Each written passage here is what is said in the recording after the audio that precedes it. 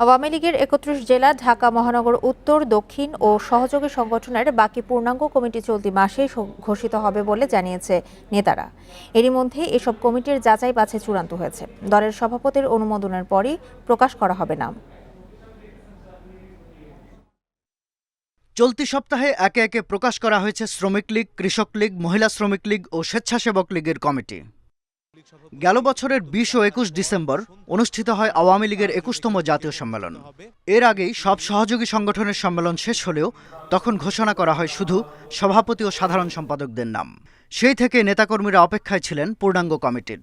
একই অবস্থা আওয়ামী লীগের ৩১ জেলা ও ঢাকা মহানগর উত্তর দক্ষিণের নেতাকর্মীদেরও। প্রায় ১০ মাস পর শ্রমিক লীগের পূর্ণাঙ্গ কমিটি প্রকাশের মধ্য দিয়ে শেষ হলো অপেক্ষার পালা।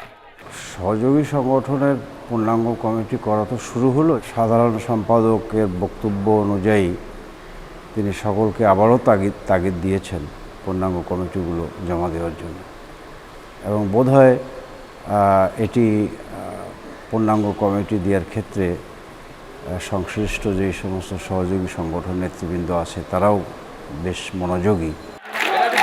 দলের কেন্দ্রীয় নেতাদের সমন্বয়ে গঠিত বিভাগীয় সাংগঠনিক কমিটিগুলো অসম্পূর্ণ সব কমিটির কাজ শেষ করে নামের তালিকা জমা দিয়েছেন সাধারণ সম্পাদকের কাছে। কাজেই কোনো কমিটি আর ঝুলে থাকছে না। সব জেলার কমিটি জমা পড়েছে, পূর্ণ কমিটি অনুমোদন করা হয়েছে ইতিমধ্যে সহযোগী কয়েকটি সংগঠনের।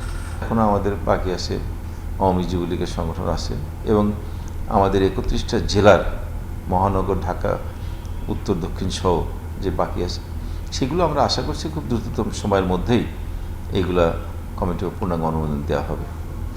নেতারা বলছেন, এসব কমিটি ঘোষণার পর সারা দেশে স্থানীয় সরকার সহ বিভিন্ন নির্বাচনের জন্য জোরে সোরে মাঠে নামবে আওয়ামী লীগ, চাঙ্গা করবে সাংগঠনিক কর্মকাণ্ড। শাহাদাত স্বপন, ইন্ডিপেন্ডেন্ট নিউজ, ঢাকা।